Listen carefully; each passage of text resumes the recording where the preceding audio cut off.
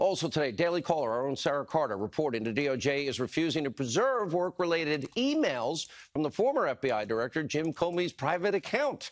Wow, I wonder if they do that for you or me. Now, we reached out to the DOJ for comment. They declined. Here with more reaction, House Intelligence Committee Chairman, California Congressman Devin Nunes, who frankly deserves the Medal of Freedom for really showing, sadly, the biggest abuse of power corruption scandal. Let's just get your general take on everything and where we are and what is important now. Thank you, Sean, and thanks for having me on again. Really where we're at, a lot of people ask, well, what's left? We still have information that we need from the Department of Justice. However, I will say, as of tonight, we are getting closer and closer to having the information that we need. Tell us why. One of the big issues that they have provided, they have allowed all the issues that were in our subpoena, they have now either we've been able to review, our investigators have been able to review, or they have been delivered to the committee in one form or fashion or another. So let's put that aside. There's still more that has to be done, and we're, of course, months and months late. So where are we? We talked about this last week. We have at least 20 pages of the FISA the FISA warrant that went after Carter Page. We have about 20 pages that the House Republicans have asked several months ago for the president and his office to declassify.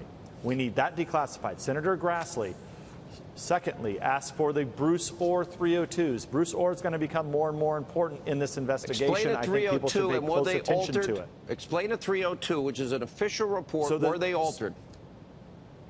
So the FBI interviewed Bruce Orr at least a dozen times and put together reports. So once they fired Steele, which at that point they should have not been meeting with him anymore, but what they had is they had Bruce Orr, whose wife Nellie Orr was working for Fusion GPS, was going to meet and still get the information from Christopher Steele as they were trying to verify this unverified dossier or the Clinton dirt that was used to get the FISA warrant. So that's number two. Number three, there is exculpatory evidence that we have seen of classified documents that need to be declassified. These were not, when I say exculpatory in nature, in what way? I don't mean to press you. Exculpatory in what way? In that the Carter Page FISA, when the judges should have been presented with this exculpatory evidence that the FBI and DOJ had. So those are the three areas that we have left in terms of what we need declassified. I've been hearing rumors of on top of that, a tape and potentially Intel service involvement in all of this. Is there any truth to that?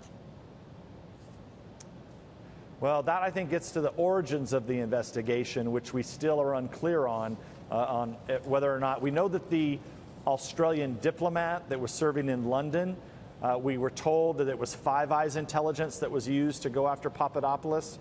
What we discovered in our investigation is there was no Five Eyes intelligence, and in fact, Downer's story, the Australian diplomat, doesn't even make any sense. So we're still trying to follow up on that. But in the big picture here, we need these documents declassified. That has to get done. Well, there was a report by we have about Paul Sperry that might happen. I'm running out of time, and I want to get this in. This is very important. I just played the tape, the April 2017 tape of your colleague, Adam Schiff. I won't add my commentary to your comments. And it sounds like he's colluding with Russians for dirt on Donald Trump. And wasn't the phony dossier that Hillary and the DNC paid for, wasn't that full of Russian lies? And it was used to misinform the American people to get a FISA warrant, as your memo pointed out, and the Grassley-Graham memo pointed out, the bulk of information for the dossier for the FISA?